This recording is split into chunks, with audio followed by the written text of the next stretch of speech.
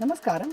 आज हम आपके सम्मुख पितृ अमावस्या या सर्व पितृ अमावस्या के बारे में कुछ जानकारी लेकर के आए हैं, तो कृपया बने रहें।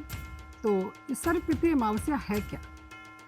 भाद्रपद मास की जो अमावस्या होती है उसको ही सर्व पितृ अमावस्या कहते हैं। जैसा कि नाम से स्पष्ट है कि सर्व पितृ मतलब सभी पितरों का इस दिन श्राद्ध और तर्पण कर लेते हैं। जैसे किसी भी व्यक्ति को अगर अपने पितरों का ज्ञान न हो कि कौन कौन से पितर किस तिथि में गए हैं, तो ज्ञात और अज्ञात दोनों तरह के पितरों का श्राद्ध और तर्पण की क्रिया इस सर्व पितृ अमावस्या के दिन कर देने से उनको मुक्ति मिल जाती है और उनका आशीर्वाद मिल जाता है। तो इस तिथि को सर्व पितृ अमावस्या ही कहते हैं। ये 16 दिन के पितृपक्ष के समापन का दिन होता है। इसको महालया अमावस्या भी कहते हैं। तो कई नामों से जानी जाती है। और अब हम इसको क्यों मनाते हैं और कैसे मनाते हैं इसको भी अभी बात कर देते हैं। तो क्यों मनाते हैं? हम अपने पितरों के आदर सम्मान और उनके प्रति हमारी श्रद्धा को व्यक्त करने के लिए उनका श्राद्ध करते हैं, तर्पण करते हैं, जिससे हमें आशीर्वाद मिलता है और हमारे सुख संपत्ति और मंगल कार्यों में कोई बाधा नहीं आती, हमारा जीवन सुचारू रूप से चलता है। इसलिए इस पितृ अमावस्या को सभी मनाते हैं। और अब बात आती है कि इसको कैसे मनाते हैं और ये कहाँ लिखा है। तो जैसा कि वायु पुराण में, गरुड़ पुराण में और महाभारत जैसे धार्मिक ग्रंथों में बताया गया है कि पितृदेवो भव, मतलब पितरों को देव तुल्य माना गया है। तो अब हम इस बारे में जानकारी लेंगे कि क्या करते हैं। तो इस दिन पवित्र जल में स्नान करने के पश्चात तर्पण करते हैं, मतलब कि जल और काले तिल को लेकर के और कुछ घास को लेकर के तर्पण करते हैं और पिंडदान करते हैं, मतलब कि श्राद्ध की क्रिया करते हैं। पिंडदान भी जौ और काले तिल और चावल के आटे से करते हैं। तो ये पितरों का भोज्य पदार्थ माना जाता है और इस तरह ये पितृयज्ञ कहलाता है। और फिर उसके बाद दान पुण्य करते हैं। ज़रूरतमंदों को हम उनको उनके हिसाब से अन्न और वस्त्र का दान देते हैं। और फिर ब्राह्मणों को जो श्राद्ध में भोजन बना होता है उसको भोजन देते हैं। तब जबकि पहले पितरों के निमित्त निकाल देते हैं, उसके पश्चात ब्राह्मण को भोजन देते हैं और उनको दान दक्षिणा भी देते हैं, उनको वस्त्र भी देते हैं। तो इस तरह से और फिर दीपदान भी करते हैं, ताकि और उस दीपदान को किसी नदी या तालाब में रख देते हैं। और इस तरह से ये उस दिन का ये पर्व मनाते हैं, जो पितृ को विसर्जन की तिथि मान तो उसको कह सकते हैं कि उस दिन पितृ चले जाते हैं। तो अब आप आइए जानते हैं कि जब महाभारत युद्ध के पश्चात जब शांति पर्व आया, तो महाभारत के शांति पर्व में ये जब युधिष्ठिर राजा बने, तो उन्होंने, चूँकि वो बहुत ही बड़े धार्मिक थे वो और सभी धर्म को लेकर चलते थे, तो वो धर्मराज भी उनको कहा जाता है। तो उन्होंने महाभारत युद्ध के पश्चात जब उनको राजा बनाया गया, तो उन्होंने भीष्म पितामह जी से पूछा कि हमको राजधर्म, लोक धर्म और पितृ धर्म के बारे में आप पूरी जानकारी हमको चाहिए, हम अच्छे से उसको निभा पाएँ। तो उन्होंने भीष्म पितामह जी से पूछा कि आप हमें बताइए कि पितृ यज्ञ का क्या महात्म्य है।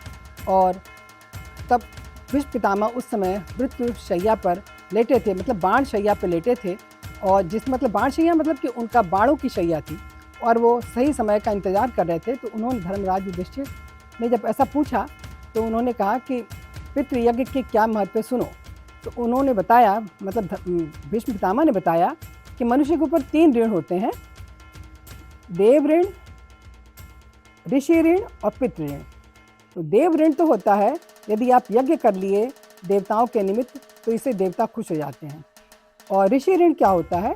ऋषि ऋण में यदि आपने धार्मिक ग्रंथों का अध्ययन कर लिया, वेद उपनिषद पढ़ लिए और उस ज्ञान को आपने अर्जित करके समाज में फैला दिया और लोगों को बताया, तो ये ऋषि ऋण है। मतलब अध्ययन अध्यापन का कार्य ये ऋषि ऋण कहलाता है।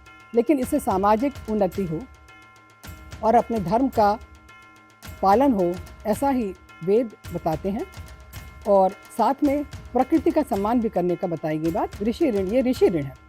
तो ऋषि ऋण के बाद फिर पितृ ऋण की बात आई कि भाई देव ऋण हो गया, ऋषि ऋण हो गया, पितृ ऋण क्या है। तो उन्होंने बताया कि पितृ ही देवो भव है, मतलब पितृ को आपको पितरों का, हम पितरों के कारण ही इस दुनिया में हैं।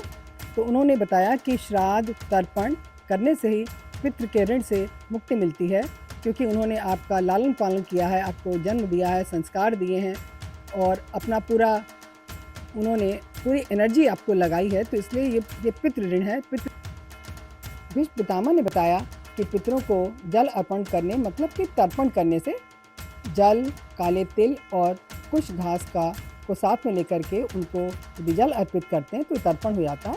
तो तर्पण करने से वो पितृ तृप्त हो जाते हैं और जिससे कि देवता भी खुश होते हैं। पितृ तृप्त हो जाते हैं तो देवता और ऋषि भी तृप्त हो जाते हैं, जैसा कि उन्होंने बताया।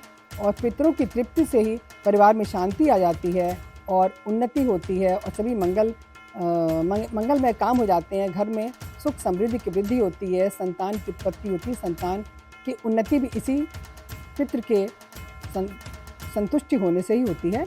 और यदि कोई पितृ यज्ञ नहीं करता है तो उसके वंश में उसके आगे उन्नति होने की चांसेस कम हो जाती हैं और उनको बहुत सारी जीवन में बहुत सी बाधाएं उनके उत्पन्न हो जाती हैं।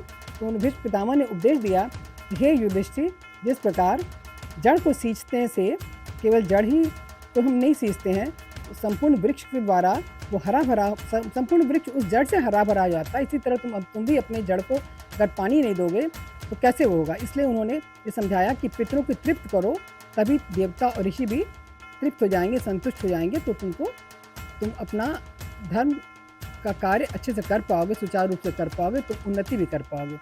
और उन्होंने ये भी बताया कि हम चूँकि उन्हीं के स्वरूप में उपस्थित हैं, इसलिए हमें उनको भूलना नहीं चाहिए, हमें उनका आभार ही व्यक्त हमेशा करते रहना चाहिए।